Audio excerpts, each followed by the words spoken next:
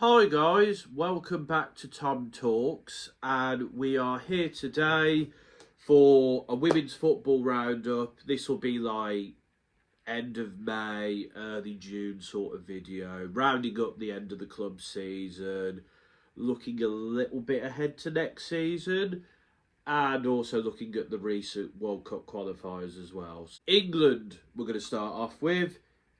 They're in the playoffs. They were battered 4-0 by Spain. Alexia Putellas with 2 goals. Mariona Caldente of Arsenal with 2 assists. Claudio Pina and Patri Guijarro also on the score sheet.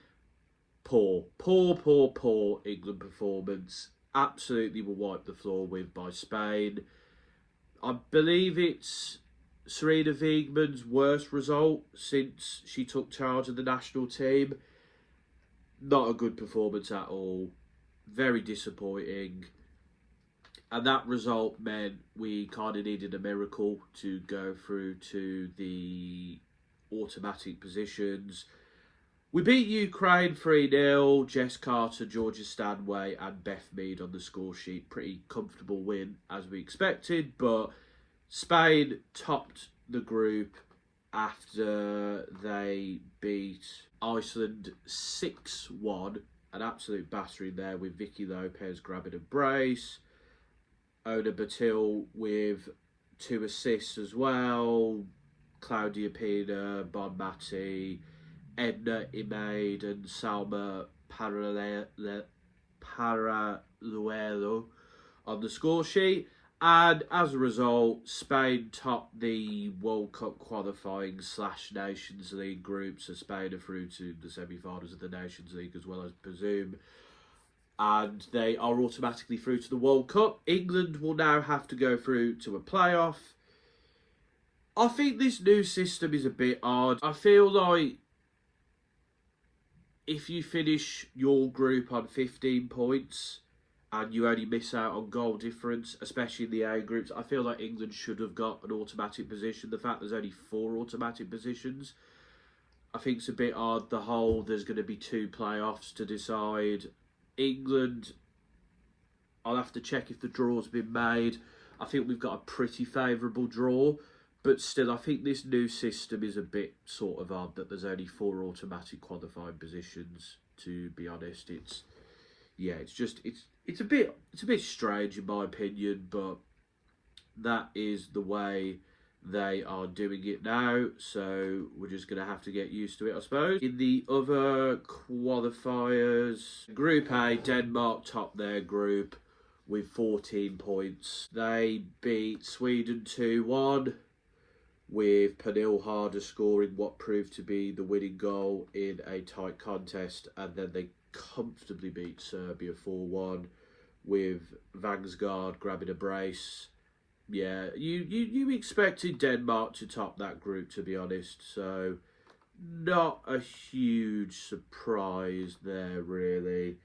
Italy finished second in the end, with Sweden in third and Serbia at bottom.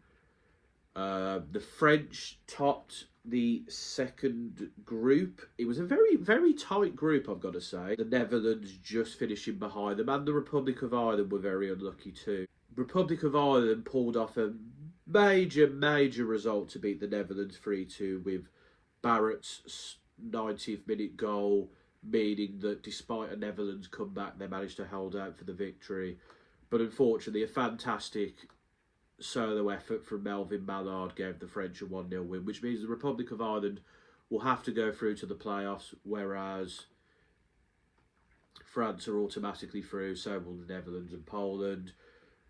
We've talked about England's group already, and Germany comfortably won Group 4, with Norway just missing out on Austria and Slovenia a bit of the way behind there. Norway beating Austria, Germany beating Slovenia, and also the key game was Germany beating Norway 2-0, with Dahlmann setting up both goals there. So that's the situation there. We have 4 automatic qualifiers in the A groups: Denmark, France, Spain and Germany.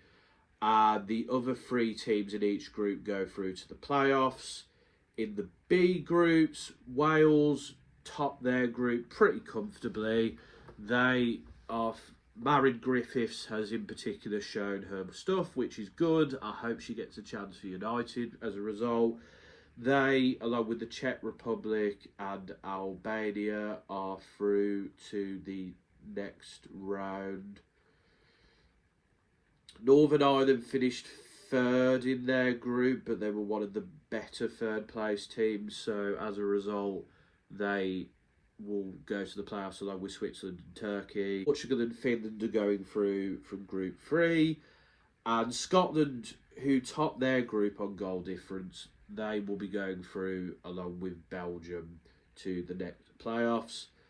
And then in the C groups, Lithuania, very tight group. All teams finished on 11 points, the top 3. They are through to the playoffs, as is Kosovo, who beat out Croatia in the second of the C groups on goal difference. And as is Hungary, who won Group 3, and Greece, who won Group 4, and Romania, who won Group 5, and Belarus, who won Group 6. But Croatia and Azerbaijan, who finished second in Group 2 and 3, are also in the playoffs. It's a very complicated system, but basically all the home nations are going to be in the playoffs, and Denmark, France, Spain and Germany are through automatically. The draw is later this week, so we don't know yet, but England are one of the seeded teams along with Norway, the Netherlands, Italy, Republic of Ireland, Sweden, Iceland and Austria. So whereas in the second path, Slovenia, Poland, Serbia, Ukraine, Switzerland, Portugal, Scotland and Wales are seeded. So overall, yeah, I think England, it was always going to be difficult because Spain are such a good team. I think the way they beat us is slightly worrying, to be honest, but I think, you know, we should get through these playoffs pretty comfortably. And I mean, Republic of Ireland really gave a good go of it in their group. They narrowly missed out, of course, on getting through automatically, so I think they've got a very good chance. Wales and Scotland have both looked very good in their groups. I think they've got a good chance, and Northern Ireland will have to see. They were quite off the pace of Switzerland and Turkey, but they've got a spot now. So we'll have to see. In terms of the Nations League, Denmark, France, Spain and Germany are also through to the semi-finals of that. Serbia, Poland, Ukraine and Slovenia are relegated from the A groups. Wales, Switzerland, Portugal and Scotland are promoted to the A groups.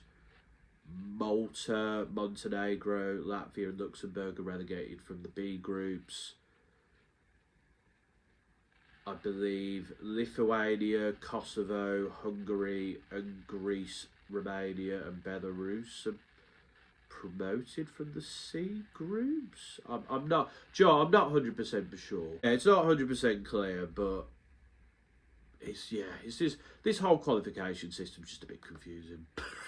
To summarise, but yeah, England will be disappointed not to get automatic qualification. Let us go and have a look at some of the other competitions from the end of the club season. We had the FA Cup final, and Manchester City completed the double, comfortably dispatching of Brighton 4-0. Kadri Buddyshaw, Alex Greenwood, who both bagging a goal and assist. Firmino and Miedemar scoring. Comfortable win for City at Wembley. And, you know, City doing the double. And a good end to the season for them. Stick double is a pretty good way to end the season. It's also been a bit of time since City last won the FA Cup as well. I'm just going to check how long it is since they last won. Last time they won was in 2020. Although it might technically be 2021 because I think that was the delayed one. So, but yeah, City have it's been over half a decade since they last won the FA Cup, and it is their first ever league and FA Cup double as well. So overall, good end to the season for them, and they just looked the business, didn't they? So props to City on winning that. The Women's Champions League final was an absolute... I mean, what... Lyon put in a very good performance, but what a day for Barcelona. Peugeot and Salma Paraluelo both bagging braces. They ripped Leon apart in that second half. They were lethal. They played great football. They just completely controlled the game. Both those players also getting an assist. Patri Guijarro bagging a brace. And also a great way for some of those players to say goodbye, because we already know about Puteus going, Ona Batil might be going, Irene Paredes might be going. We know that Graham Hansen might be leaving Barca, so this quite historic team are starting to break apart a bit. So what a way for them to close it out there. But it's their 4th Champions League in 6 seasons. They wiped the floor with Leon. So, fair play. Barcelona played very well on the day. Deserved winners. And it completes what has been another very good season for this women's team, who continues to dominate Spanish football and has been the dominant force in European football as well. The question, of course, is going to be, though, with all these great players leaving them, how are they going to look next season? We'll have to see, of course, and obviously I think there is a bit of upset and annoyance that the financial issues of the men's team are leading them to have to sell on some of their all-time greats. But we'll have to see what Barcelona looks like next year. It will definitely be a different team, but, ending this era on a high. As for Leon, they'll be disappointed, but they have some very talented individuals, and I'm sure they'll be back again next season. We also had the WSL playoff, Charlton and Leicester. Charlton winning on penalties. I've got to say, Whitehouse is a fantastic goalkeeper. She was brilliant in the penalty shootout, in the game, and she was the reason that Charlton got to that final. I mean, both sides had chances, but it was a bit of a turgid affair, I've got to say. Not the best game to watch, but Leicester have been poor this season, and there is quality in that team. Sarah Mailing, Ashley Neville came on and she was good. But there's a lot of change is going to be happening at Leicester next season, I think. There's some talented individuals who are going to probably get snapped up by WSL teams. The future doesn't look great for this Leicester team, I've got to say. I mean, the men's team obviously didn't have a good year. They've been relegated to League One now. And the question will sort of be, where do Leicester go from here? But for Charlton, great moment for them. Good to see them back in the league. But having watched them, I think they are going to have to make a few transfers if they're going to be able to stay in the league, because they were decent against Leicester and they defended well, of course, but you can't just rely all on defence and goalkeeping. You need goal scorers in that team as well. The Scottish SWPL 1 season ended, and unlike in the men's season, Hearts came out on top in the end. They won the league. I think it's their first ever title. Congrats to them. This despite them and Rangers losing on the final day. Rangers, of course, had done enough, though, to get into the Champions League next year.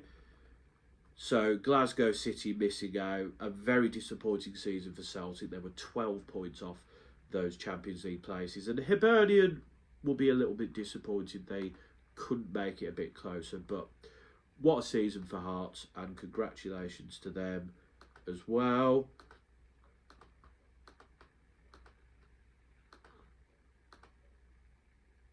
But for Celtic, they did win the Scottish Cup final to end the season on somewhat of a high, thanks to Cross's goal. So, Celtic will be very disappointed by their league campaign, but they managed to get a trophy at the end of it. And Rangers just missing out on 2 trophies in very close proximity. They will be somewhat disappointed there. Premier League, which is the French top division, that is now over, and Lyon beat Paris FC 5-0 in the final, with Demane grabbing a hat-trick, Chow Winger grabbing a brace. So Lyon, as expected, winning the French league once again. So obviously disappointment in the Champions League final, but they managed to wrap the French league season up. So props to them. A great end to the season for them. You know, obviously very disappointing Champions League final, but they won the French title again. Their 19th title as well. They are really dominating that league. There has been, of course, announcements for the Player of the Year awards. Kadja Buddy Shaw won the Football Writers Association Women's Footballer of the Year. I mean, deservedly so. She helped Man City win the league. She was a fantastic goal scorer. She just absolutely ripped it up. And, like, she is a fantastic player. And the fact that City are keeping hold of her because she is staying is testament to how good a player she is, and Manchester City keeping hold of her is crucial. Alessia Russo came second and Lauren James third. Not sure about Lauren James. I think she had a decent season, but she was injured for a lot of it. Russo, I think, is fair. She was good for them. But props to Kadja Buddy Shaw.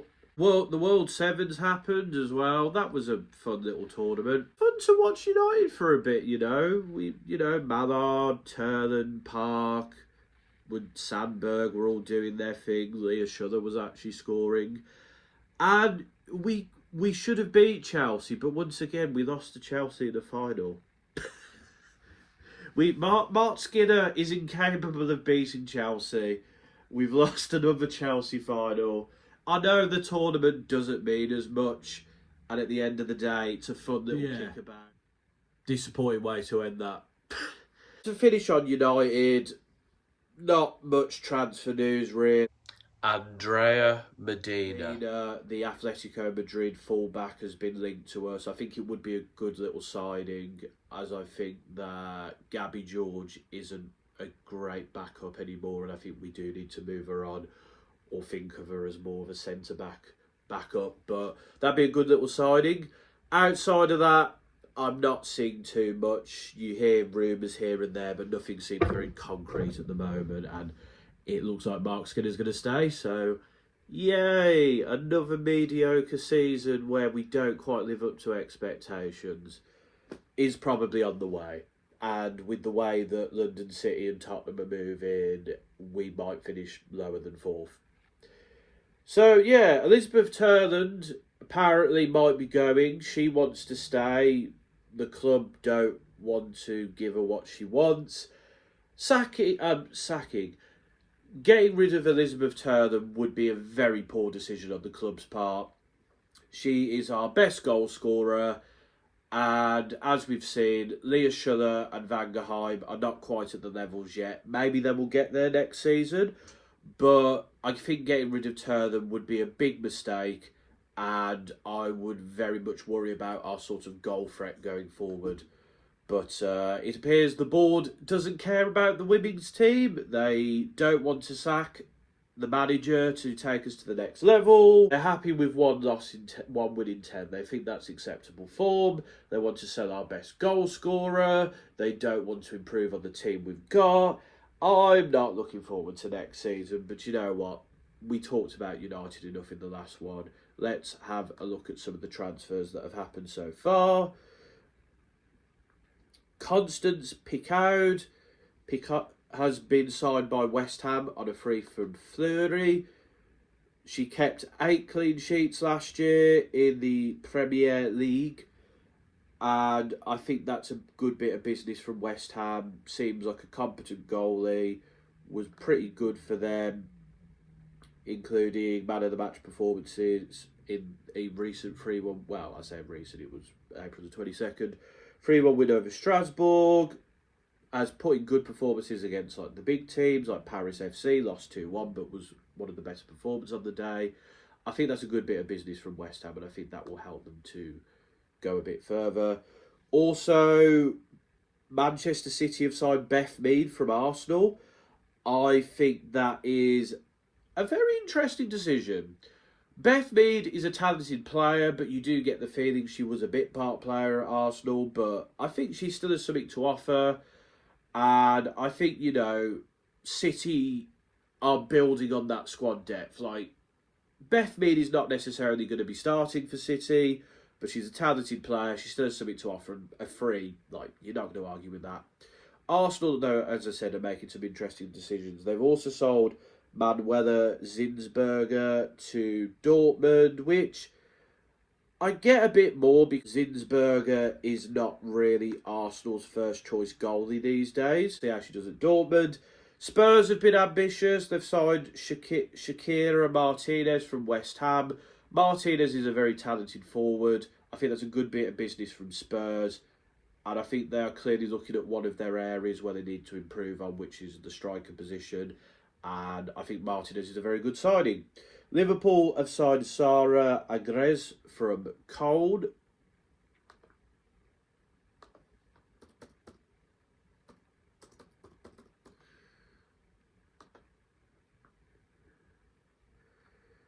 Who is a centre-back / left-back. A solid player for Cold. I think that's a decent little signing. I don't think it's an amazing signing, but on a free, can't really argue too much. Spurs have also signed Catalin Dijkstra from Wolfsburg for an undisclosed free. Talented Dutch defender, has been playing for one of the best teams in the German league. Dutch international, like this seems like a good bit of business from Spurs. Just bringing someone in who has experience in the big competitions, someone who is just going to give the team a bit of a kick. So yeah, good bit of business from Spurs. Liverpool have also signed Vivian Enderman, who, of course, very talented German forward. I think that's a good bit of business from Liverpool. I mean, if you look at Enderman's stats last year, 8 goals in 31, 31 in 93 overall for Wolfsburg. Still getting goals for the national team, of course. Got, 3 goals during the qualifying campaign. Enderman is a very good signing for Liverpool. And at 24, still quite young, still has plenty to offer. That's really going to help Liverpool. Chelsea have signed Katie McCabe. Now, that is a very interesting one. Arsenal seem to be letting go of a lot of these quite experienced players. It seems like they're looking towards a new era. Maybe they have some younger players in mind. But I think that's a good signing by Chelsea. McCabe is a talented player. She has plenty of experience. And it's squad depth for Chelsea. Whether she starts or not is one thing, but she's a very talented player. A few Arsenal fans are a bit sort of about it. But, good signing by Chelsea, I think. Arsenal are letting go. I'm interested to see who Arsenal replaces these players with, because these are quite established, experienced names in this team. Guru Ryson has completed a move to Gotham, as we expected. I'm sure she'll do well in the NWSL. And Casey Zellam has completed her move to West Ham from London City Lionesses. By the way, the Sara Egres deal onwards will all be completed on the 1st of July. There's obviously other ones that are not confirmed yet, and we'll get into those when they are confirmed, but it's going to be interesting next year. City appear to be building squad depth, and I think keeping Kadri Buddy short, that was so essential. I think Chelsea are going to build to try and bridge the gap to City. Arsenal, it looks like they may be going through transition year. We'll have to see how they do there. Spurs have impressed me with their signings and their ability, their desire to build. It's going to be interesting to see what happens with London City. Mary Earps is apparently going there. These established names who it'll be interesting to see how they do in the WSL. United not doing anything yet. Hopefully we do. I hope we do. But we'll see. And that, guys, is the women's football roundup. I will assess at the end of June whether it's worth doing another one. or I might just wait till, you know, mid July, because there's not really any games going on, and obviously the Men's World Cup is the big thing at the moment. Video for that is coming, by the way. But that, yeah, we'll see what happens. But that's my thoughts on England not getting automatic qualification at the end of European qualifying, the Champions League final, the WSL playoff, the FA Cup, the Canterbury Shaw winning best player at the Football Writers Association, and some of the transfers that have happened so far. So let me know in the comments. Do you think England will make it easy in qualifying? Do you think the home nations are going to get through too? Who do you think your clubs need to sign? Who are you disappointed about missing out on? I'm particularly interested to see what Arsenal fans have to say, because it does look like, and also United fans, because like it's a very turgid time for us. But until next time, folks, this has been another TomTalks.